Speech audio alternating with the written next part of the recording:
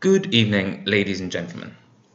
As some of you may know already, I am from Northern Ireland, and this is a small place, but with quite a complicated history. We're part of the United Kingdom, but we're located on the island of Ireland. There's a history of conflict and violence in the province, and lately we've been in the news quite a lot because of Brexit. This evening I want to talk to you about Northern Ireland and about something which is a very contentious issue in Northern Ireland, and that's the idea of a united Ireland, meaning that Northern Ireland would reunify with the rest of the island of Ireland. But before I talk to you about a united Ireland, I'd like to talk to you a little bit about the history of the area and the relationship between Northern Ireland and the rest of the United Kingdom and the relationship with the Republic of Ireland. So first of all, a good question to ask might be, why does Northern Ireland exist? Why is there such a thing as Northern Ireland? Well, as you probably know, the island of Ireland was under British occupation for several centuries and then managed to gain independence, and that took place in 1921. The island of Ireland is traditionally made up of 32 counties. 26 counties are now in what's the Republic of Ireland, and 6 counties are in Northern Ireland. So a synonym for Northern Ireland is sometimes the 6 counties. You'll hear that mentioned if you read the Northern Irish press, for example. The Republic of Ireland, as I said, declared independence, and Northern Ireland remained part of the United Kingdom. The idea was that there would always be a majority of people who were in favour of the United Kingdom in Northern Ireland. The Unionists, people who want Northern Ireland to remain part of the United Kingdom, they tend to be Protestants and they want the status quo. The idea was that they would always be the most dominant part of society, and that the other part of society, the nationalists who tend to be Catholic and feel more Irish, that they would be the sort of submissive minority. Nationalists, or the Catholic part of society, tend to feel more Irish and tend to be in favour of a united Ireland.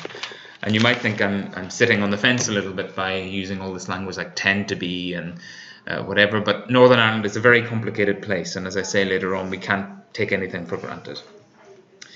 So, from 1921 until the 1960s, the nationalist Catholic population was basically discriminated against. Full disclosure, I am from a nationalist Catholic background, so I have a particular point of view on this, but I think now, even if you read any information about the history of Northern Ireland, the discrimination is widely known.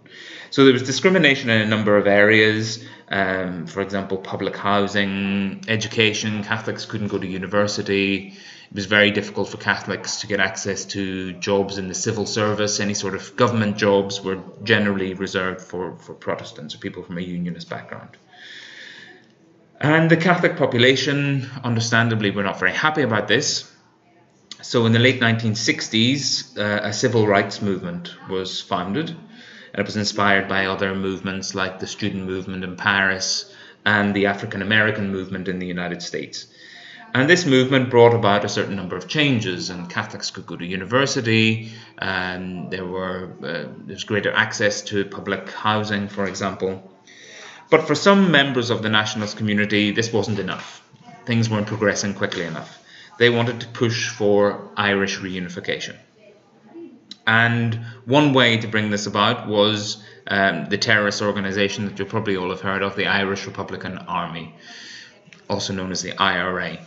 The IRA wasn't a new thing. It wasn't something that was invented in the late 60s. It was an organisation that had been around for a long time. But it really upped the ante at the end of the 1960s and fought against the British forces. So the British Army had a presence in Northern Ireland, and the Irish Republican Army shot and bombed the armed forces. And this was the start of 30 years of violence, known euphemistically as the Troubles. This is a term that I don't like, and a lot of Northern Irish people don't like, because it makes the troubles, makes the violence in Northern Ireland and all the murder in Northern Ireland sound like, oh, it was just a few little problems here and there, and that wasn't the case. It was a very hard period for anyone who lived through it. But thankfully all that came to an end at the end of the 1990s, in 1998 to be exact, with the Good Friday Agreement. This was an agreement that was negotiated by the British government, the Irish government and Northern Irish politicians. And it led to the creation of some new institutions, one of which was the Northern Irish Assembly, which is a little bit like a local parliament. It's currently undergoing some problems. It's currently not operational because the main parties involved can't come together and work together, but that's a whole other speech for another day. It also set up a number of cross-border institutions. So by cross-border I mean Northern Ireland and the Republic of Ireland. It means that Northern Ireland and the Republic of Ireland started working more on different matters. And I want to talk to you about three particular aspects of the Good Friday Agreement and why it is such an important agreement. The first part of the agreement, which I think is very important, is that it put unionism and nationalism on the same level. As I said before, unionism was always seen to be the dominant political ideology, and nationalism was always seen to be secondary. And I'm going to quote from the Good Friday Agreement in a moment, so listen out. It said, the Good Friday Agreement said that nationalism and unionism are equally legitimate political aspirations. So they're on the same level. And this was very important for nationalists because they felt that they could be honest about their ideology. They could say, you know what, in my lifetime I would like to see a united Ireland. And they could do that without facing discrimination, without being called a terrorist sympathizer. The second part is related to identity, and this is very important as well. Northern Irish identity is very complex. As I said, we're on the island of Ireland, but we're part of the United Kingdom. We're also part of the European Union, so there are several layers to Northern Irish identity. And the Good Friday Agreement addressed this very well, and once again I'm going to quote, Northern Irish people can identify themselves and be accepted as Irish, British or both. And this was once again very important because before that, identity was something which was imposed on people in Northern Ireland. You were told you are in an area which is part of the United Kingdom, therefore you are British. And now Northern Irish people can say, you know what? I am from a nationalist background, so I feel more Irish, or I'm from a unionist background, I feel more British, or you know what, I'm a real mixture of all of these things. I'm Irish, I'm British, I'm European, etc. I'm Northern Irish, because there is such thing as a Northern Irish identity. We're not quite the same as our cousins from the south of the border. And the third thing is that the Good Friday Agreement put in place a provision for a border poll. So that's like a referendum which decides the future of Ireland.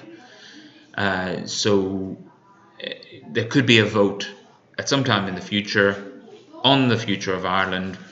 Do we want Northern Ireland to remain part of the United Kingdom, or do we want a united Ireland?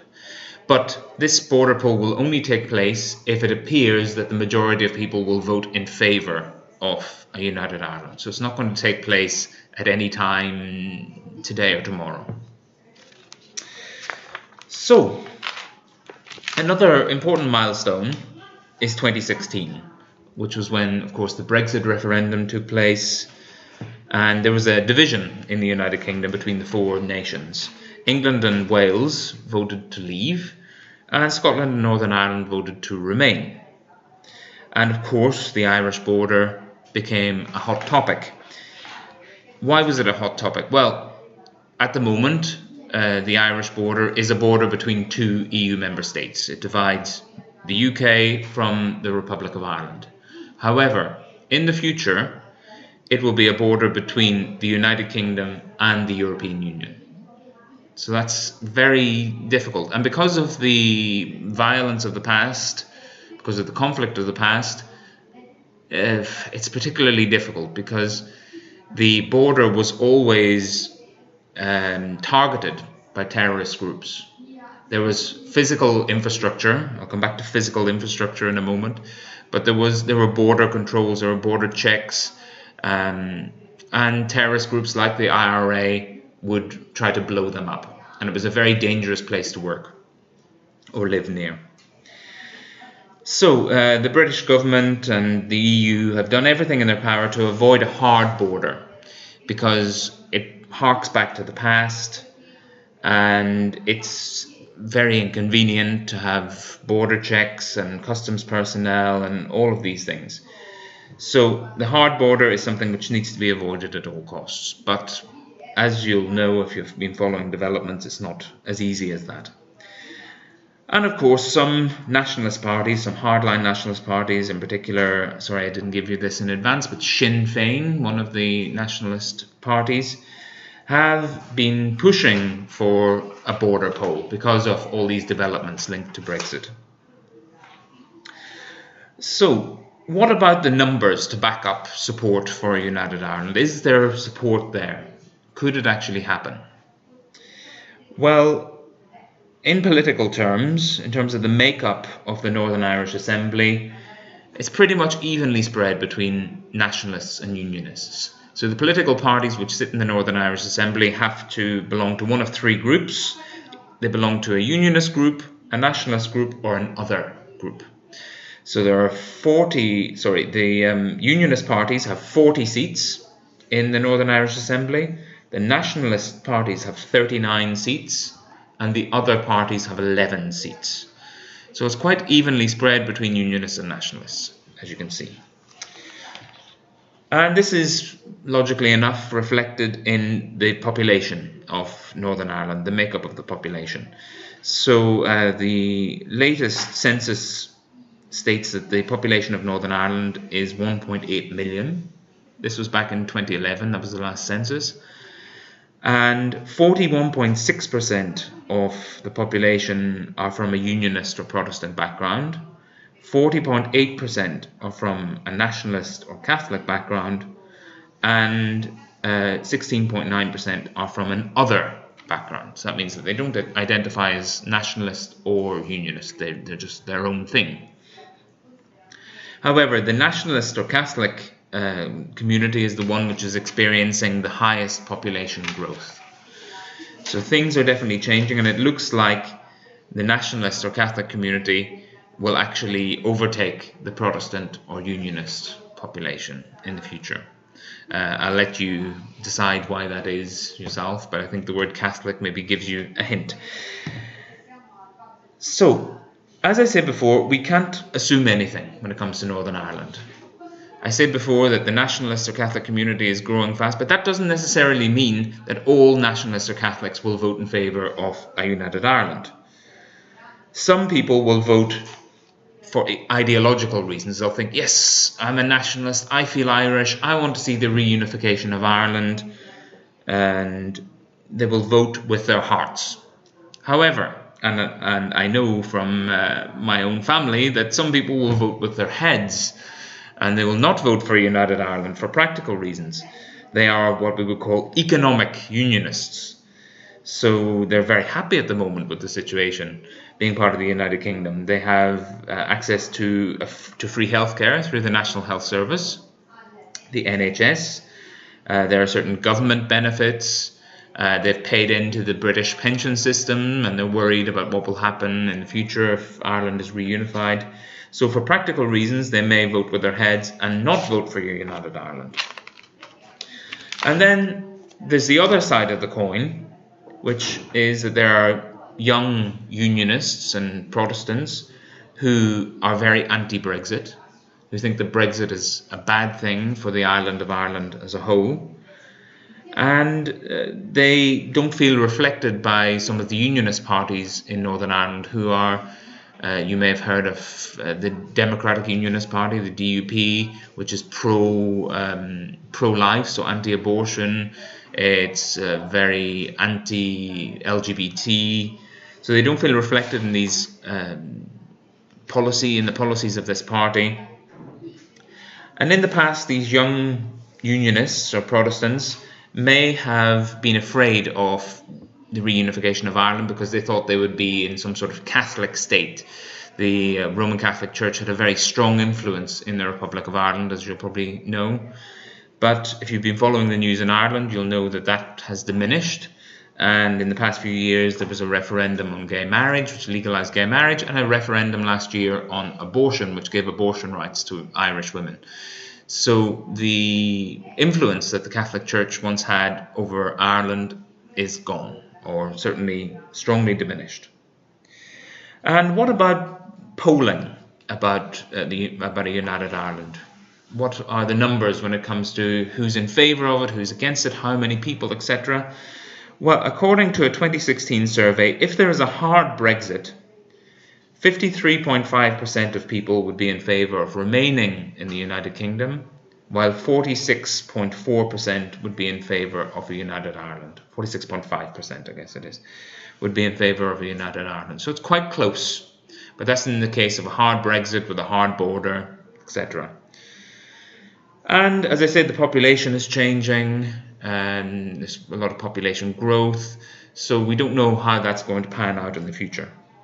What about the situation on the other side of the border in the Republic of Ireland? Well, in a 2015 poll, which was carried out by the Irish broadcaster RTE and the British broadcaster the BBC, 66% of people in the Republic of Ireland would like to see a united Ireland in their lifetime. So there does seem to be support south of the border in the Republic of Ireland, and there is certainly growing support in Northern Ireland. I'd just like to close by giving my own opinion about this. As I said before, I'm from a nationalist Catholic background. I have a complex identity. I feel Irish, but I was educated in the British system. I grew up watching the BBC, so I do have a certain amount of, I do have a British identity as well as an Irish identity and a very strong European identity. But eventually I would like to see a united Ireland. However, I do have my concerns. I have some practical concerns about education, healthcare, pensions, etc. And most of all, I have concerns about the Unionist and Protestant community. I think we need to be very careful. We need to treat them well. There are some people in Northern Ireland who say, oh no, we should punish them the way they punished us back in the 1920s or 1930s. I don't think that's the attitude to have. We're all from the same place, and we need to make sure that these people from a Unionist or Protestant background are well taken care of and that their traditions are upheld. So we'll see what happens. Watch this space. That's the second speech I've made with that conclusion tonight. But watch out what happens in the future. There could be big changes on the way in Ireland. Thank you.